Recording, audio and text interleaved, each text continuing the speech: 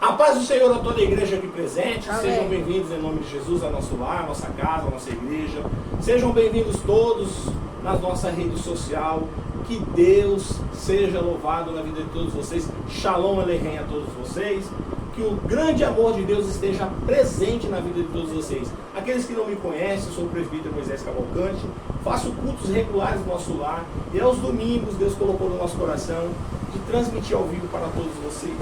Nosso único intuito, irmãos, é levar a semente do Evangelho, o alimento espiritual a todos vocês.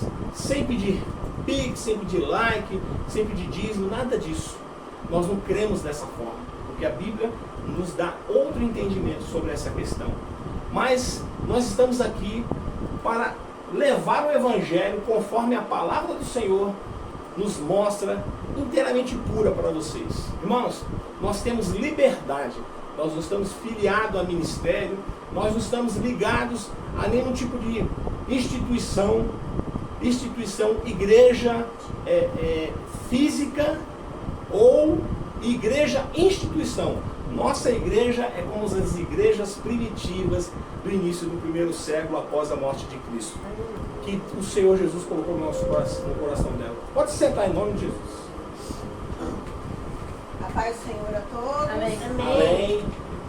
Como a irmã falou, eu sou a Patrícia, irmã Patrícia Vieira, sua esposa do presbítero. E hoje eu queria conversar com os irmãos a respeito de uma coisa assim que está na vida de todos nós, né? Vou ler aqui em Provérbios 12:25. O coração ansioso deprime o homem, mas uma palavra bondosa o anima. O que eu queria falar sobre hoje? A ansiedade, né? A ansiedade, que é um mecanismo que todos nós temos. Todos nós temos esse mecanismo como o medo, né? Esqueci de falar, eu hoje sou terapeuta cristã, estou me formando em psicanálise, estou fazendo graduação em psicanálise, para entender melhor o pensamento e o comportamento humano. Desde que eu e meu esposo aceitamos Jesus, muitas mulheres me procuram para aconselhamento. E Deus colocou no meu coração um desejo de saber melhor o porquê que nós temos alguns comportamentos. E como todos os outros órgãos que nós temos, o coração é um órgão. O coração é um órgão. E o cérebro é um órgão. Aonde vem o nosso pensamento. Antigamente a gente achava que era do coração, e não é. Tudo é do cérebro. Tudo vem do cérebro, dos nossos pensamentos. E os nossos sentimentos. E como que isso funciona? A ansiedade é algo que nós temos natural. Quando você fica ansioso por algo bom, você controla a sua ansiedade, você tem ansiedade para acordar, para trabalhar, para lutar, para um bem seu. Mas a ansiedade exacerbada, a ansiedade sem controle, ela acaba trazendo um estresse e a depressão. A depressão, ela vem da ansiedade descontrolada. Então eu queria falar com vocês hoje a respeito, bem rapidinho, sobre a ansiedade. Você consegue controlar a sua ansiedade? Você consegue entender que não tem motivo para você ficar ansioso por aquele problema, porque ele vai ser resolvido? Né? Então, muitas das vezes a gente coloca tudo a perder porque a gente não consegue controlar a nossa ansiedade.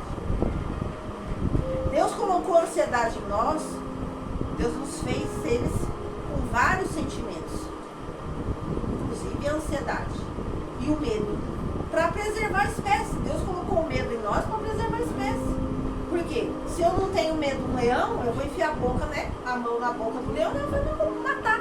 Então, para a preservação da espécie, Deus colocou o medo. Mas se eu tenho um medo exacerbado, eu tenho muito medo, eu tenho as fobias, né? Os toques, todos os outros transtornos, né? Então, quais são os estímulos que nós estamos dando para o nosso cérebro para diminuir a ansiedade? Ficar o tempo todo no Instagram, no Facebook, vendo as postagens de gente que fica repostando viagem e a gente não consegue viajar, porque a gente pensa, puxa vida, eu trabalho, não viajo, essa pessoa não trabalha, ela vive viajando. Será que ela está viajando? Ou será que ela está só sendo um canal para alimentar a sua ansiedade?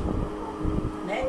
Então, muitas das vezes a gente está alimentando a nossa ansiedade e ficamos patinando ciclo vicioso. Acorda, vai para as redes sociais. As redes sociais, a internet, irmão, são muito boas. Eu estudo EAD, eu não estou falando contra isso, mas temos que ter controle disso. Então eu quero que hoje, você que está assistindo aí do outro lado, você tenha um controle sobre a sua ansiedade. Quando tudo parece que está saindo fora do controle, você planejou algo, mas saiu fora do seu controle. Como que fica a sua ansiedade? Você consegue controlar? Ou você leva ao estresse e aí depois fica deprimido? Porque esse ciclo de ansiedade, estresse e depressão pode você não sair da depressão, né? E aí traz muitos outros malefícios e outras razões por qual muitas pessoas hoje estão doentes, né? Então eu queria terminar aqui, ler um versículo, Romanos 12:2. Não vos conformei com esse mundo, mas transformai-vos pela renovação da vossa mente, para que proveis qual é a boa e agradável e perfeita vontade de Deus. A gente sempre tem que estar se renovando, irmãos. Coisas que às vezes a gente acha que estava certo, se a gente entende que estava errado, puxa, isso estava errado. Não é feio você falar, puxa, eu estava errado e a partir de hoje eu vou fazer certo. A gente tem que se renovar a mente, a nossa mente ela tem que se renovar. O nosso cérebro é preguiçoso. Do mesmo jeito que a gente tem que estimular o nosso organismo, como dando água, se alimentando bem, fazendo atividade física, nós temos que dar estímulos para o nosso cérebro para que ele nos dê a resposta que nós precisamos para viver, né? Qual é o estímulo que você está dando para a sua mente, no seu cérebro? Você está lendo bons livros, você está lendo coisas saudáveis, você está tendo conversas sadias, né? E para finalizar, Jesus disse assim em Mateus 11, do 28 ao 30, vinde a mim todos os que estáis cansados e oprimidos, e eu vos aliviarei. Tomai sobre vós o meu jugo, e aprendei de mim que sou manso e humilde de coração, e encontrareis descanso em vossa parte. Porque o meu jugo é suave e o meu fardo é leve. Nós que somos cristãos, eu sou uma terapeuta cristã, então tudo que eu aprendo é baseado na palavra de Deus. Quanto mais eu estou estudando, mais eu entendo quanto Deus era maravilhoso. Como Ele nos fez seres perfeitos e para viver felizes e plenamente.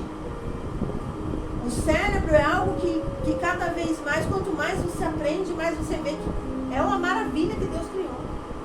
Né? Então, nós estamos colocando o nosso fardo em Jesus. Todos os problemas que estão aparecendo, nós estamos colocando o nosso fardo em Jesus. Porque o fardo dele é leve. Ele levou a nossa culpa. Ele pagou o preço pela nossa culpa. Então, será que hoje eu queria que nesse início de semana, o primeiro dia da semana, domingo, nós iniciaremos a semana pensando o que eu estou fazendo com os meus sentimentos, para que os meus comportamentos mudem. Porque agora nós vamos ouvir a palavra de Deus. O irmão, o pastor, o presbítero Moisés, meu esposo, vai trazer a palavra abençoada de Deus.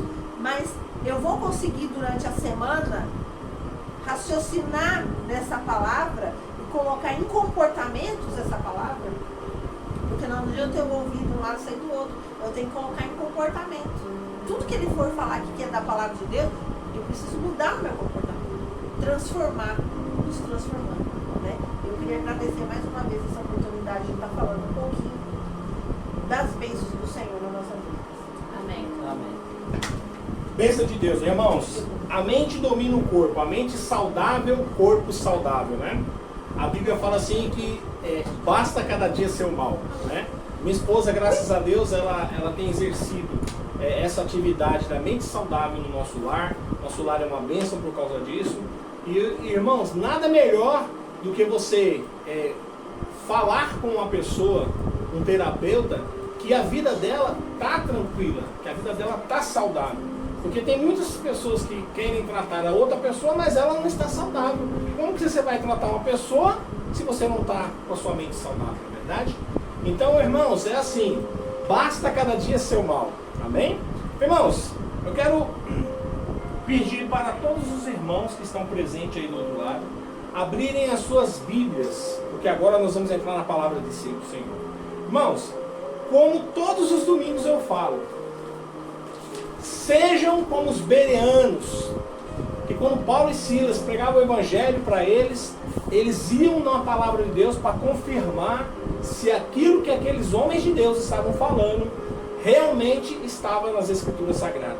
Não confie a sua salvação 100% na mão de outra pessoa. A salvação da gente é individual, irmãos.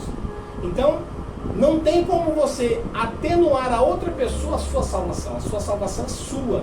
É individual e intransferível. Amém? Então, cuide da sua salvação da mesma forma que você cuida da sua vida, da sua casa, dos seus filhos. Cuide da sua salvação porque ela é preciosa. Ela é preciosa. Ela quer dizer aonde você vai passar o resto da eternidade, se é com Cristo ou se é no inferno. Então não brinque com essas coisas, porque o inimigo, irmãos, ele não brinca de ser inimigo. O diabo, ele não brinca de ser diabo. Amém? Irmãos, eu queria falar hoje um pouco de qual a diferença do crente ou cristão. Qual a diferença do crente ou cristão?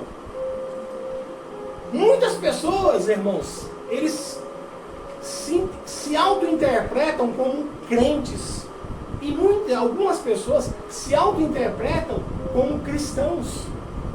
E muitas vezes, irmãos, as pessoas elas não se apegam nesses detalhes. O que é ser um cristão? O que é ser um crente?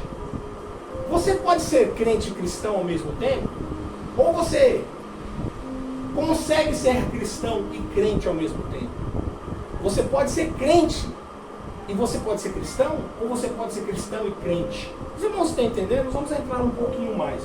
Qual o sentido da palavra crente, irmãos? O significado da palavra crente é a palavra crer. Ele é um adjetivo que significa acreditar, crer ou ter convicção de algo. Está na Bíblia, 2 passagens da Bíblia que falam de crente, de crer. Porque o crente vem da palavra crer, não é? A palavra crente, ela se encontra lá no Evangelho de João, capítulo 20, versículo 27 e 29. Jesus diz a Tomé: não sejas incrédulos, mas crente. E também lá em 1 Coríntios, capítulo 7, 12, 16, a Bíblia diz que o marido de um não crente santifica o convívio da esposa crente e vice-versa. Agora, irmãos, que nós já sabemos o que é o significado da palavra crente, essa pergunta, irmãos, nós vamos deixar no ar.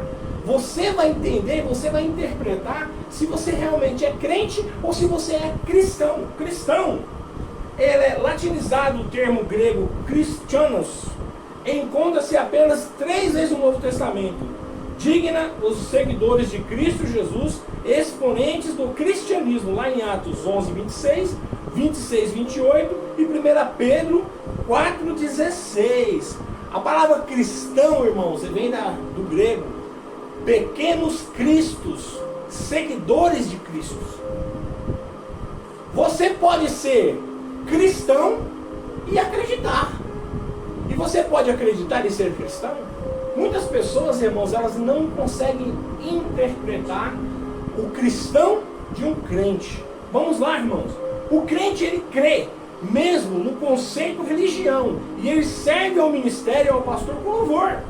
O crente, irmãos, ele acha que o simples fato dele estar agregado numa denominação, ele está salvo.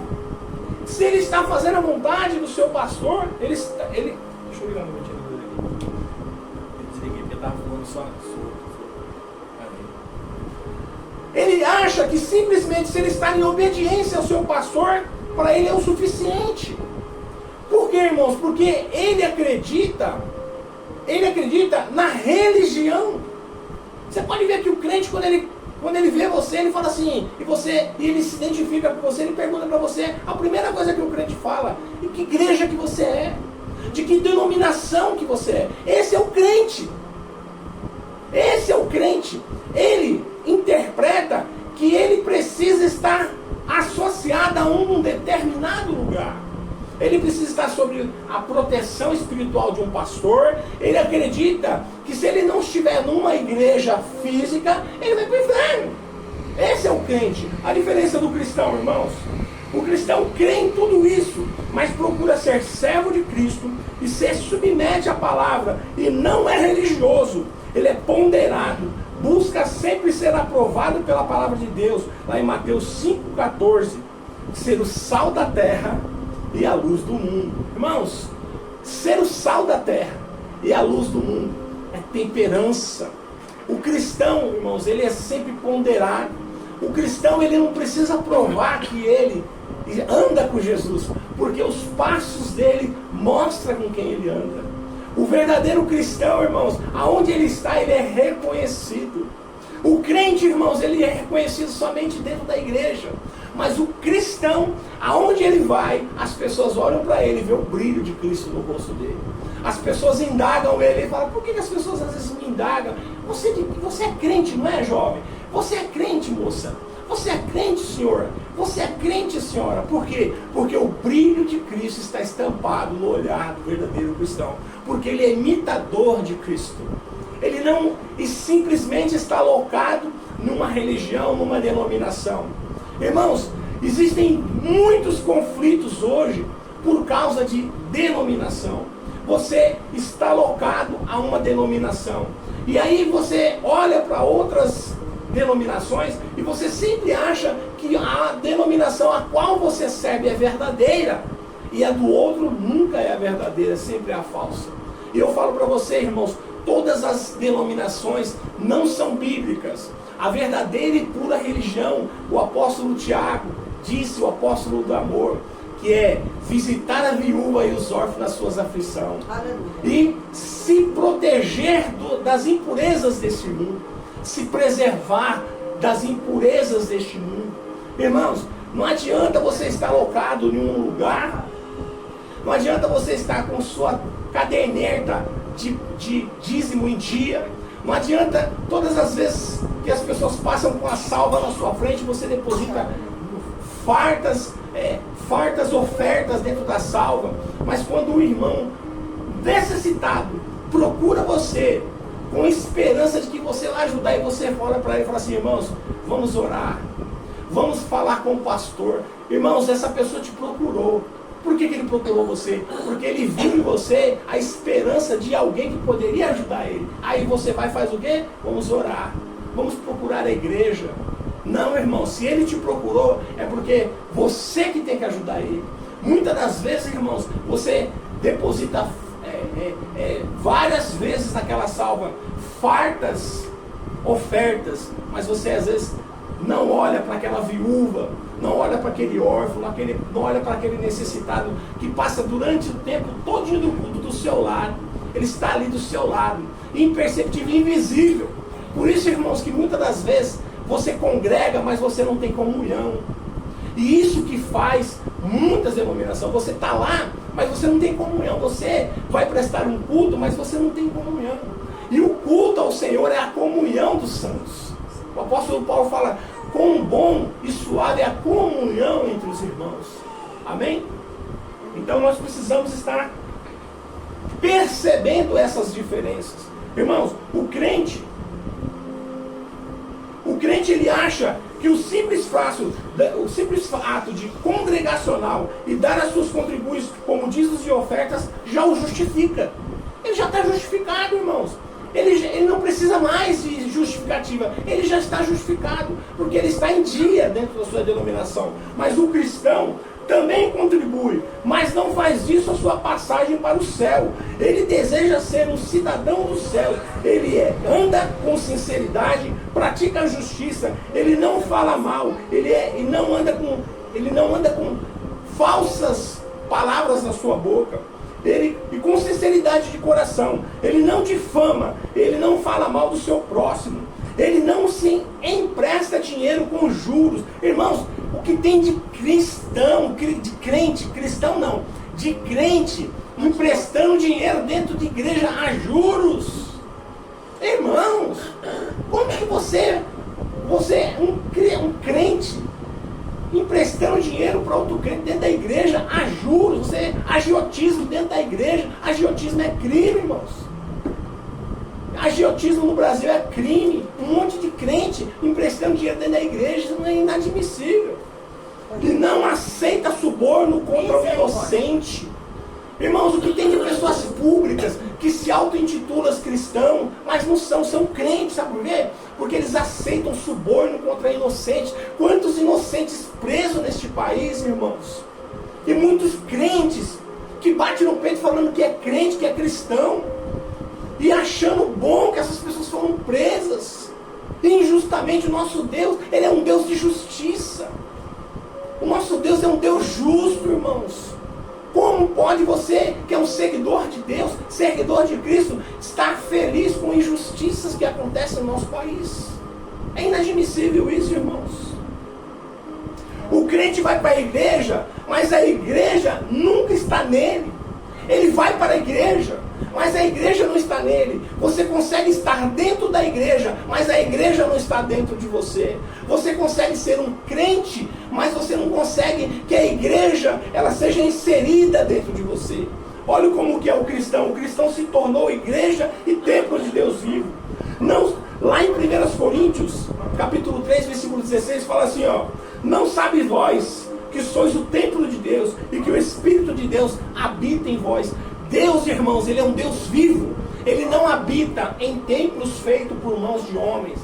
Deus é um Deus vivo. Ele só habita em templos vivos. Ele só habita em pessoas vivas. E para Ele habitar no seu interior, você tem que manter o seu interior limpo de impurezas. Aleluia. Você precisa estar limpo por dentro. Como que você está limpo por dentro nesta noite na sua vida? Como que você se encontra neste momento? Você consegue ser casa do Deus Altíssimo? Você consegue ser a morada de Deus? Você está apto para Deus morar dentro de você? Você colocou para fora todas as impurezas, inveja, porfia, concupiscências lascivas, inveja. Você tirou tudo isso de dentro de você. Você fez uma limpeza interna no seu tempo. Muitas das vezes, irmãos, as pessoas vão para o culto, chega na porta da igreja, ela se reveste com um manto branco e entra. Ela louva, ela chora, mas ela é vazia. Quando ela sai dali, ela vai praticar iniquidades. Quando ela sai dali, ela vai praticar o mal. Quando ela sai dali, ela volta a ser o velho homem. Por isso, irmãos, que Jesus e nem os apóstolos, eles fundaram igrejas, instituições. Por isso que Jesus e os apóstolos, eles pregavam a igreja do Senhor no interior de cada ser humano. Aqueles homens judeus esperavam o Messias vindo num cavalo com seu exército para libertar aquele povo dos romanos. Mas Jesus veio libertar o homem dos seus maus pensamentos, veio libertar os homens das suas concupiscências, das suas lascívias. Jesus, ele veio libertar o homem da sua parte podre que existia dentro de si. Isso que Jesus veio fazer. Jesus veio arrancar as impurezas de dentro de nós. Jesus veio nos santificar, nos purificar. É isso que Jesus veio fazer. Irmãos, existem muitas pessoas que acham que simples fato de estarem congregando em um lugar, elas já estão justificadas diante de Deus. O crente acha que não tem pecado, porque já foi justificado por Cristo. Então não se preocupe em pedir perdão para o seu irmão. E não existe coisas piores do que um crente com mágoa no coração. Existem igrejas, irmãos, onde a sua liderança insere dentro do próprio corpo da igreja um monte de indiferenças entre irmãos. É irmãos querendo o carro de outros irmãos. É irmãos que estão orando a Deus por outro irmão, e o outro irmão que tem uma ocupação ir embora para ele pegar o lugar daquele irmão. É irmão que pedindo para o outro irmão para ele deixar aquele cargo. Ele até incentiva o irmão a deixar aquele cargo, porque ele quer e almeja e deseja o cargo do outro irmão. É isso que muitas das vezes, irmãos, a igreja insere nas pessoas. A competitividade. As pessoas vão louvar, elas são aplaudidas, e aquilo soa bem para os olhos das outras pessoas. Elas querem ser importantes, elas querem ser aplaudidas, elas querem ser vistas, elas querem ser notadas dentro das igrejas. Aquele que é o pregador, ele quer ser enaltecido dentro da igreja. E muitas das vezes as pessoas batem palma para aquela atitude, para aquela pregação, e muitas pessoas também querem receber aquele mesmo aplauso. Então elas buscam o quê? Buscam ser igual aquele homem, mas não para estarem alinhados com Cristo, mas para sim estarem recebendo uma porção da glória que aquele outro pregador recebe na igreja. E muitas das vezes aquelas cadeiras ali, elas têm preço, irmãos. Não é qualquer pessoa que senta naquelas cadeiras.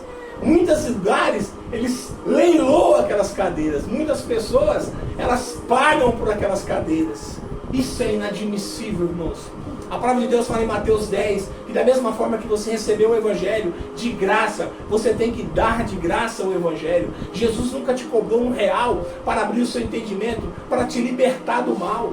Por que você cobra para você ir levar o Evangelho? Por que você cobra para ir cantar numa igreja? Por que você cobra para trazer uma saudação numa igreja?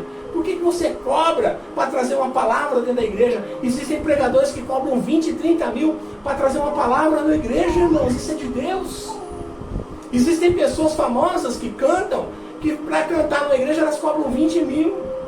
Onde está Deus nisso, irmãos? Isso é um comércio. Isso é um comércio. E essa é a diferença entre o crente e o cristão. Nós precisamos estar atentos a isso aí.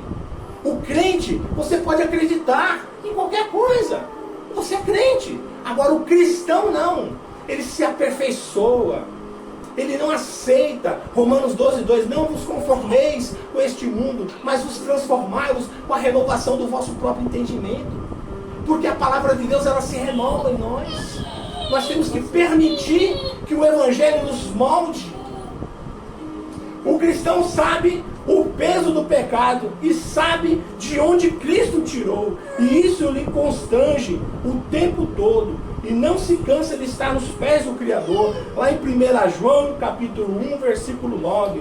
Se confessarmos os nossos pecados a Deus, Ele é fiel e justo para nos perdoar de todo o pecado e nos purificar de toda injustiça. O verdadeiro cristão, irmãos, ele sabe que ele é pecador e que se não for as mãos do Senhor potentes sobre as vidas do cristão, ele vai sucumbir. Ele precisa estar em constante oração, ele precisa estar em constante vigilância, ele precisa estar sempre percebendo as artimanhas do mal. Ele, mesmo se a pessoa atentar contra ele, ele tem que ir lá e pedir perdão, porque ele não quer que o Espírito Santo se afaste dele. O cristão, irmãos, ele sabe o preço da presença de Deus na vida dele. Ele sabe o preço do Espírito Santo estar na vida dele. E ele não... Ele se humilha, ele faz tudo para que a presença do Espírito Santo esteja sempre presente na vida dele. Irmãos, é esse o preço que o cristão ele paga dia após dia, todos os dias, para ser um cristão e para continuar na presença de Deus. O apóstolo Paulo, irmãos, ele fala lá em Gálatas 2:20, fala assim, ó: eu não vivo eu, não vivo mais eu, mas Cristo vive em mim. Eu não vivo mais eu, mas Cristo vive em mim. Olha isso, irmãos.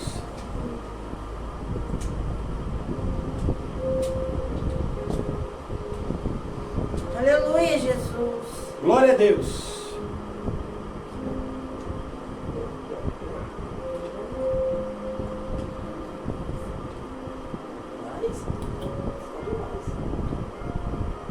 Já estou crucificado com Cristo, e vivo mais não eu, mas Cristo vive em mim.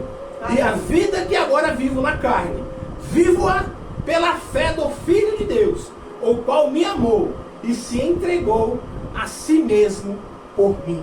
Glória a Deus. Irmãos, quantas pessoas hoje, crentes, cristãos, podem falar: não vivo mais eu, mas Cristo vive em mim. Você se esvaziar todo o tempo. Você se esvaziar do velho homem todo o tempo. Você matar a sua carne. Você mortificar a sua carne todos os dias. Porque a carne, irmãos, ela sempre pende para o mal. A palavra de Deus fala que o espírito está pronto, mas a carne é perversa e má.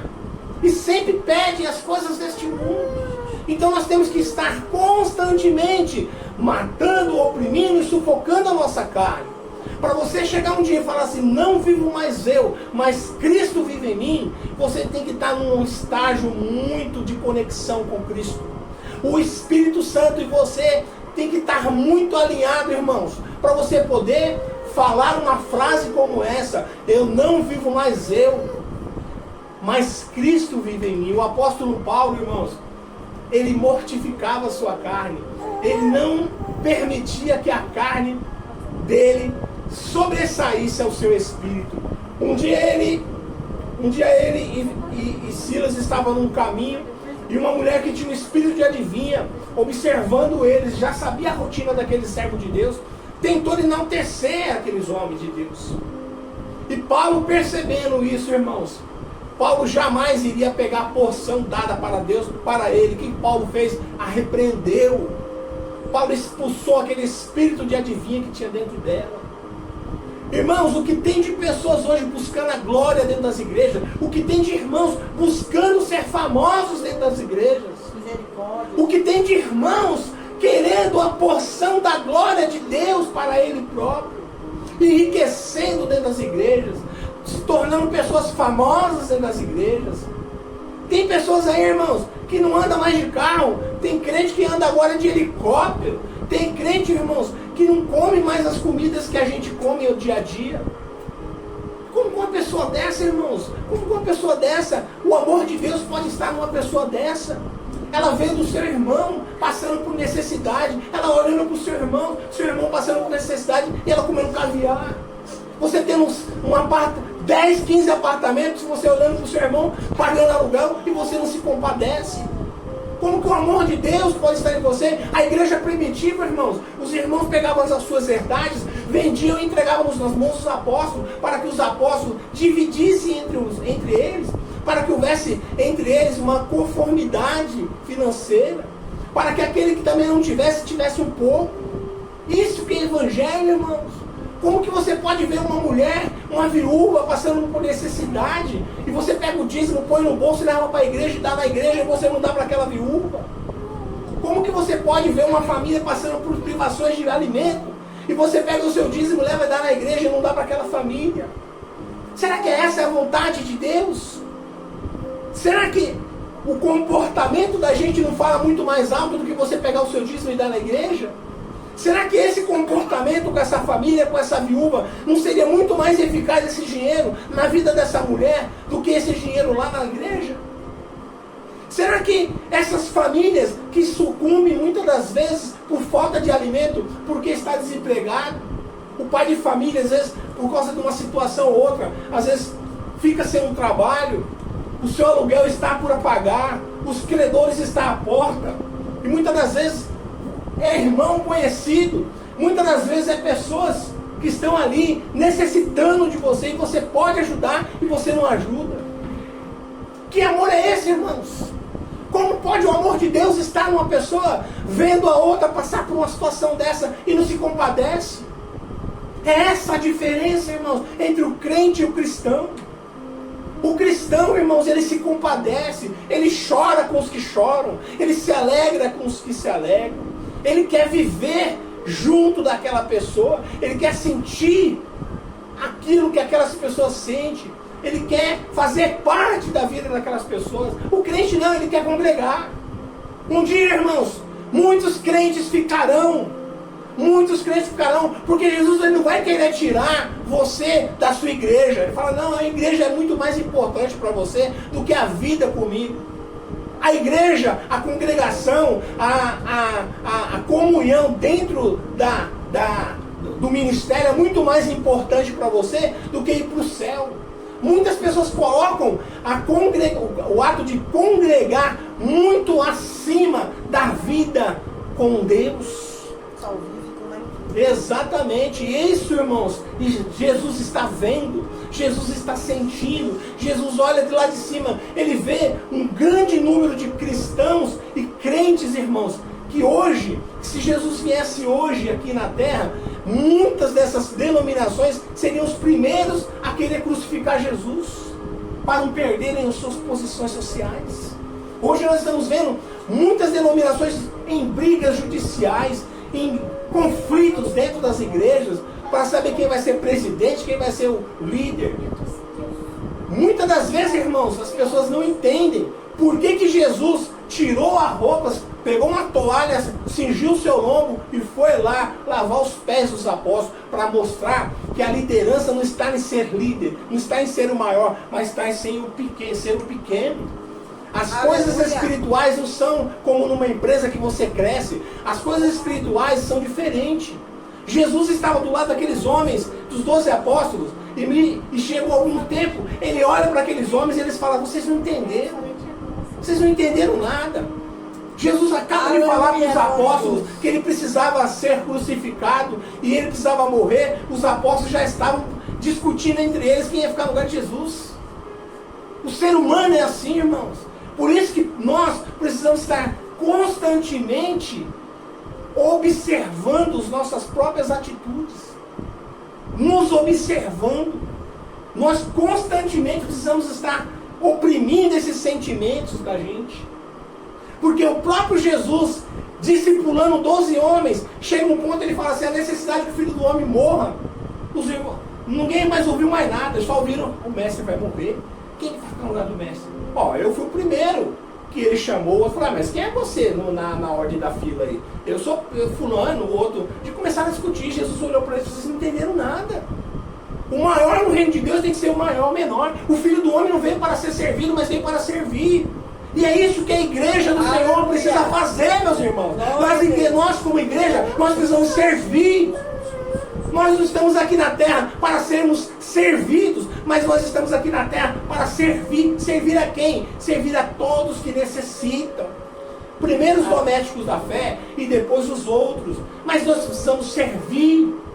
Nós não estamos aqui para servir a nós mesmos ou para sermos servidos, mas para servir. O que te impede, meu irmão, de ajudar uma pessoa que não é crente? O que te impede de ajudar um irmão que é de outra igreja? O que te impede de ajudar uma pessoa que é de outra denominação, que está necessitando da sua ajuda? Nada disso impede. O que impede é o fato de você colocar em primeiro plano sempre o ato de congregar, o ato congregacional. É isso que o crente precisa tirar da cabeça dele. Nós precisamos entender de uma vez por todas que Cristo não morreu por mais de 44 mil religiões que estão na terra. Jesus morreu, irmãos, para salvar o pecador. Jesus veio para nos lavar de todo o pecado, de toda a imundícia.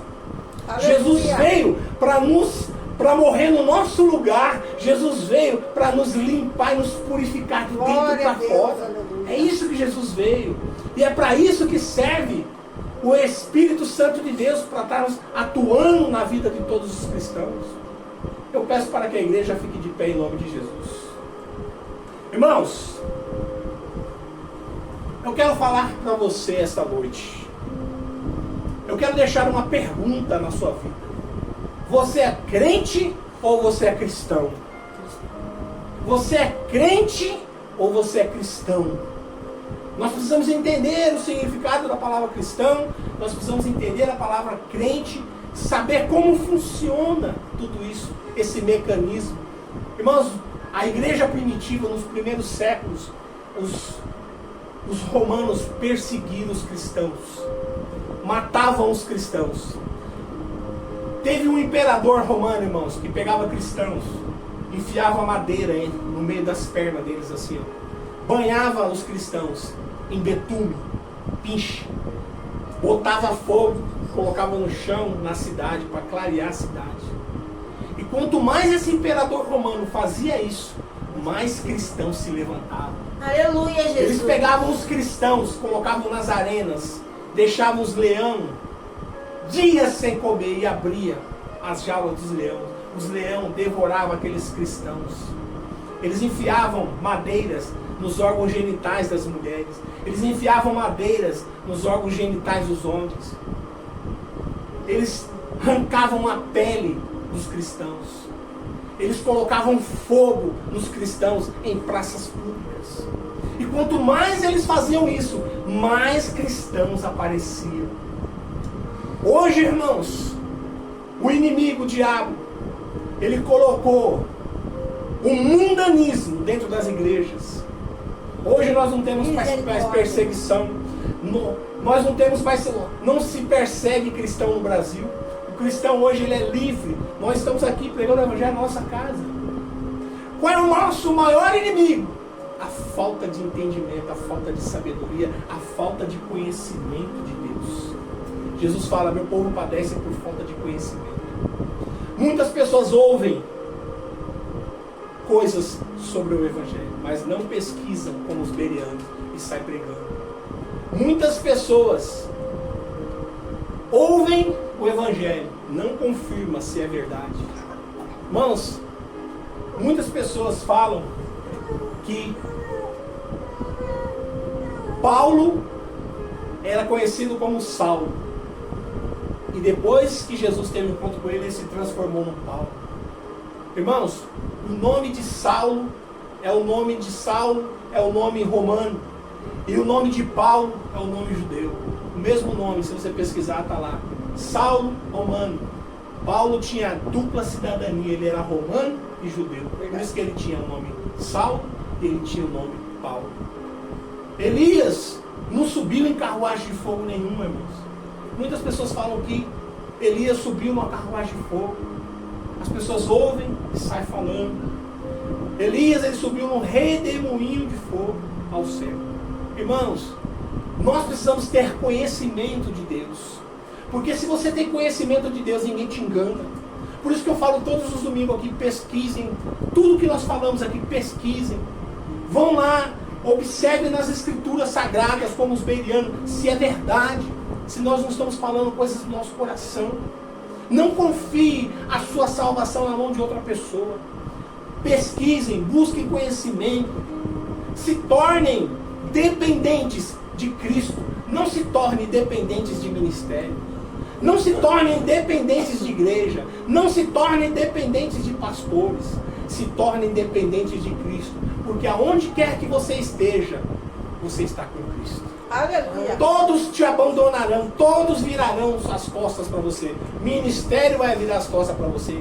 Pastor vai virar as costas para você. Os irmãos vão virar as costas para você. Mas Jesus, ele nunca vai virar as costas para você. Glória a Deus. Aleluia. Jesus, ele jamais te abandonará. Jamais ele vai te trair. Jesus, ele é a sua sombra direita. Olhei para o alto, de onde vem o socorro. Meu socorro vem do Senhor. Aleluia. Socorro do Senhor. Irmãos, confiem a sua salvação nas mãos de Cristo. Busquem conhecimento para que vocês não sejam levados por ventos de doutrina. Se aprimorem no Evangelho. Busquem o conhecimento saudável, o amor, a ciência. Não permita que o diabo, com as suas influências, desvie o foco do Evangelho na sua vida. Tire você do caminho. Busquem o conhecimento, o amor e a perfeição de Cristo nas vossas vidas. Em nome de Jesus. Eu quero orar por você que está do outro lado. Eu quero orar pela sua vida. Eu quero orar pela sua família. Eu quero orar pela sua família. Porque Deus, ele é o Deus da família. Deus, ele é o Deus criador da família. Todas as coisas foram feitas pela família. Senhor, meu Deus e meu Pai. Senhor, não permita, Pai, que o diabo, com as suas influências, Senhor, lance, Senhor, ou semeie no meio das famílias, Pai, contenda, dissensões, para que essas contendas, Senhor, não se transformem em separação. Ó Pai, eu repreendo todo tipo de contenda nas famílias, Pai. Eu repreendo todo tipo de infiltração maligna no meio dos casais, dos irmãos, das irmãs, em nome de Jesus. Que vocês sejam abençoados pelo amor de Deus. Que vocês recebam do amor de Cristo a cura. Que vocês recebam de Cristo o perdão. Se transformem em seguidores de Cristo, não de religião. Se transformem em dependentes de Cristo, Porque se você estiver nos Estados Unidos, você está com Cristo. No Japão, você está com Cristo. Se você foi inserido num cárcere como Paulo e Silas, eles estavam lá no cárcere com Jesus. Aleluia. Aleluia!